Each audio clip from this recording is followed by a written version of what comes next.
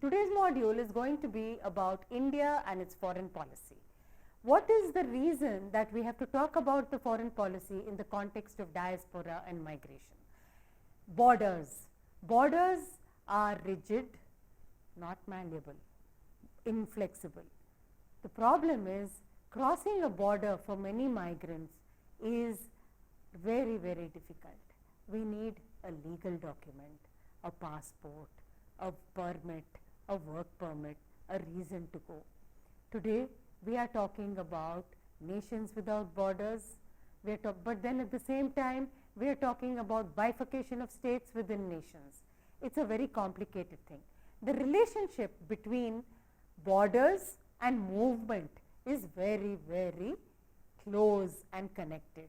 So I am going to talk about India as a nation state and its foreign policy, particularly with its relationship to migration and diaspora, because I need to understand and make you understand how the state has been treating its people as children or as citizens, as outcasts, as others. What does it mean for when a parent disowns a child? It's a traumatic experience. But when a state does not recognize a child, it becomes very, very difficult. Our newspapers are always talking about legal and illegal migration.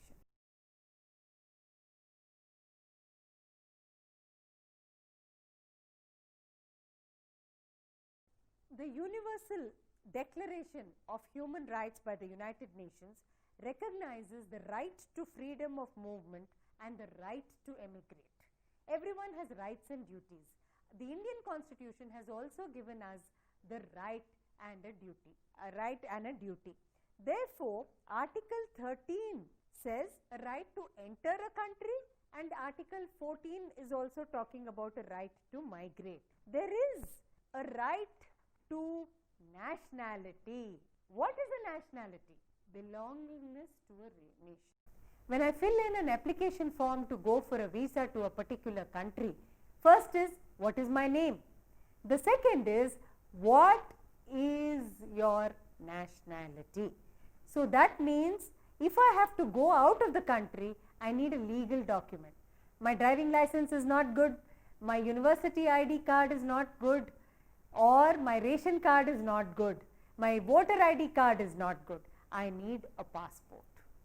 The meaning of a passport is you are allowed a pass for a port. In the past, the port was the exit point. It was not the airport, but air also has a port. It was a seaport. So now the exit points are many. Sometimes you can even cross a bus if you are crossing the border from England to France or many other European countries. You can even go by bus from India to Pakistan, as one of our prime ministers had done some time ago. But the point is, if you and I go like that, we will be arrested. So we need to show our right to leave and a right to come back by showing a legal document, which is a passport. The 1990 International Convention on the Protection of Rights of All Migrant Workers endorses the right to leave and to return. That is something that we need to understand. It's a very interesting kind of thing. Now, what is the second thing? The leaving part is your relationship to your country, but going somewhere, will they allow you to walk in free? Of course not. You also need a visa to enter and to exit. The moment an Indian diaspora asks for American citizenship or British citizenship, they are giving up their passport. Indian state does not allow dual citizenship as of today, 2016. Maybe later it will happen. But right now, what is happening is, when they give up the passport, they want to come to visit their grandparents, they require a visa. A visa is a permission to enter. So, who is allowed and who is not allowed is decided by the Ministry for Foreign Affairs or External Affairs or Indians overseas. You know, different countries have different ministries. Definitely decided that they would look at the ways in which the relationship between the government and the state. Almost 50 years after independence, this ministry was established. It was not something that happened early. And almost 50 years after independence, the state thought that there is a reason for this ministry. Because in the first couple of decades, you know, although Nehru was always, you know, when he went and made the speech at the United Nations, he did talk about the NRI population or the non-resident Indian. But the Indian state needed nurturing, nourishment. It had not come of age. Today, after 50 years, they had crossed middle age. The Indian state was strong enough to ask its diaspora to return. So, what is India was also very interesting. In the space of South Asia, in the region of South Asia, India became the big brother to other South Asian countries like Pakistan, Bangladesh, Sri Lanka. This is very, very interesting. But the close ties of the diaspora to the state, at that time the word diaspora was not used, mind you. It was only overseas Indians. And they were talking about roots. They were talking about where are we originally from.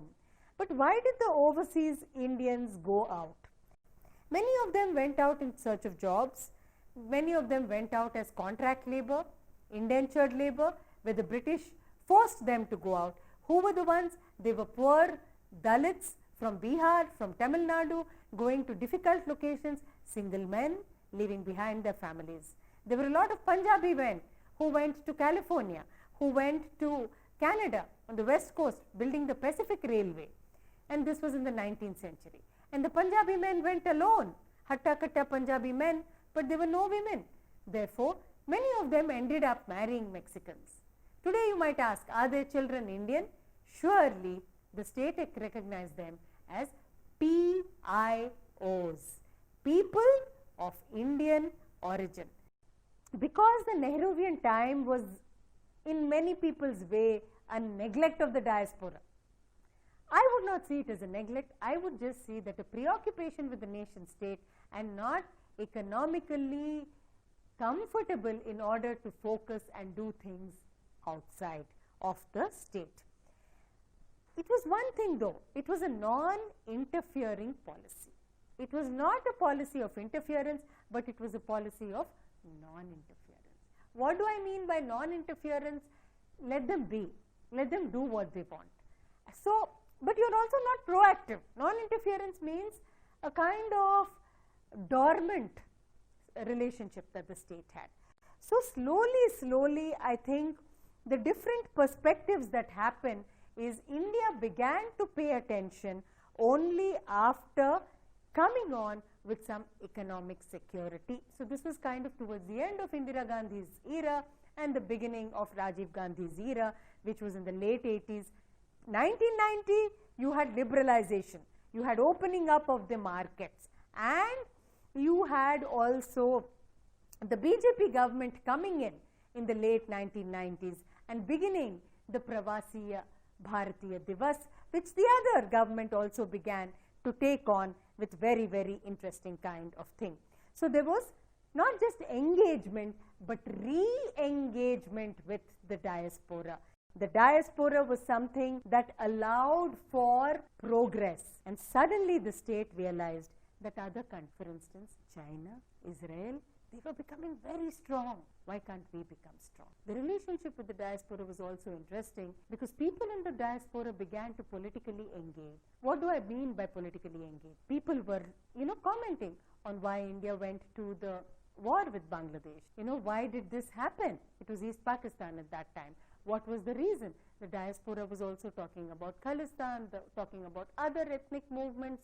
So, the diaspora was also engaging with an India that they had left behind. When Indira Gandhi was assassinated, there was a lot of anxiety, and the Khalistan movement had begun after that time. So, the nation was having these ups and downs, But finally in 1998, the BJP introduced the Person of Indian Origin card, the PIO, almost 50 years after India's independence. Subsequently, it became the OCI. I think the OCI card sets the parameters for the state's relationship with the diaspora.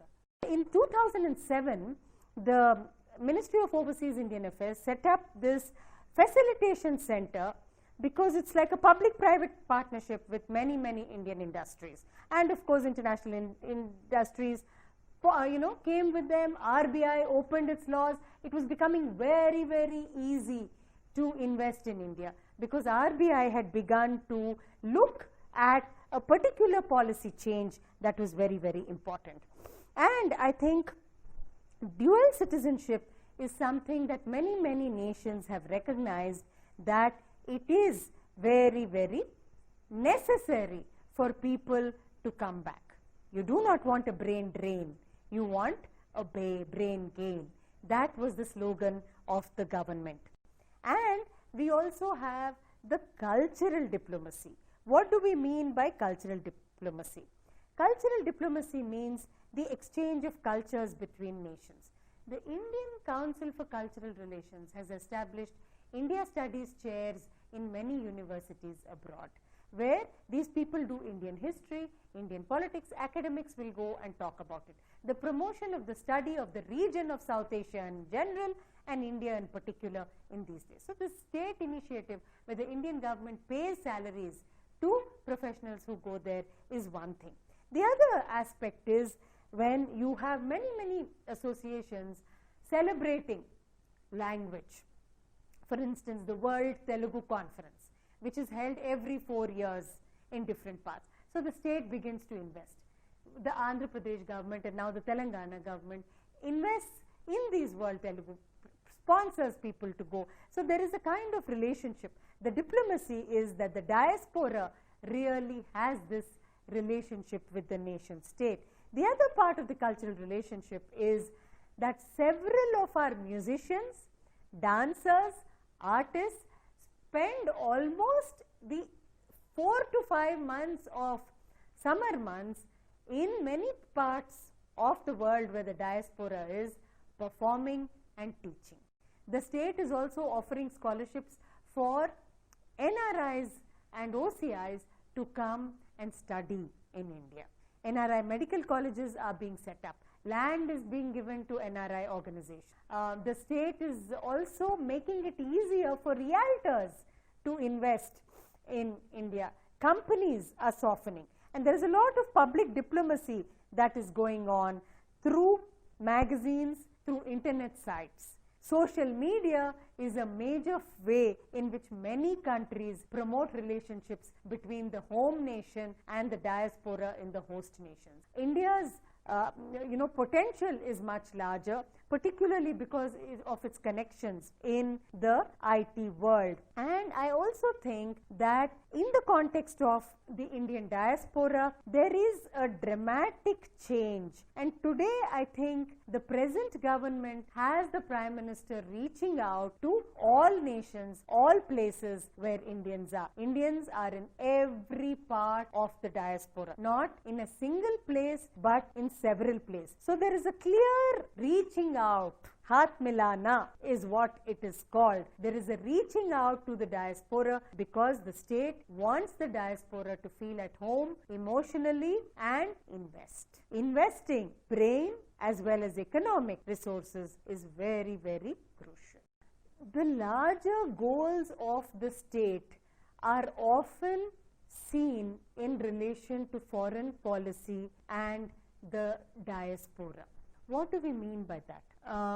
Very often the state is reaching out in a manner that is exactly same as what it's doing to its own people. So the diaspora are not the stepchildren, but then everyone is treated in the same way. What is very interesting is that when India became an independent nation, one of the biggest goals was peace. And so I think the context of foreign policy was within the larger rubric of peace.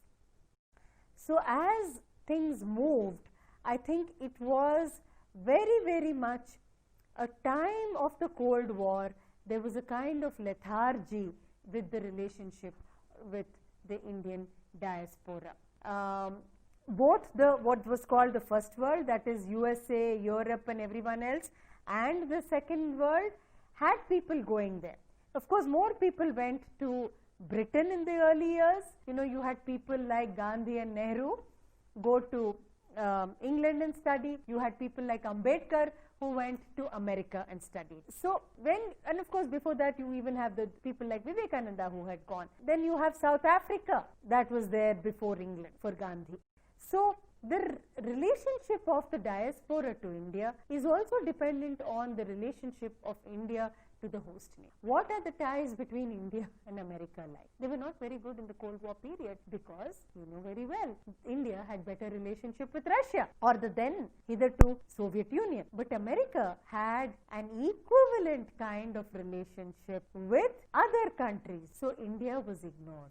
So when I look at some of the writings by Indian diaspora in America in the 1970s, they were meant to defend their niche. Why did India go to war? Should America support Pakistan and not India? What is the relationship? So it's a very complex relationship. And with NATO also things became complicated. But as the years went by, India was consolidating itself both politically and today India has reached a stage where we are a giving nation and not only receiving nation. Nehruvian India was very poor. Today's India is not rich, but it is self-sufficient. This self-sufficiency allows for opening up. So what happened in the 1980s was a consolidation of policies that were there in the past as an idea, but it could not really take place. So after 1991, India's External Affairs Ministry began to look outward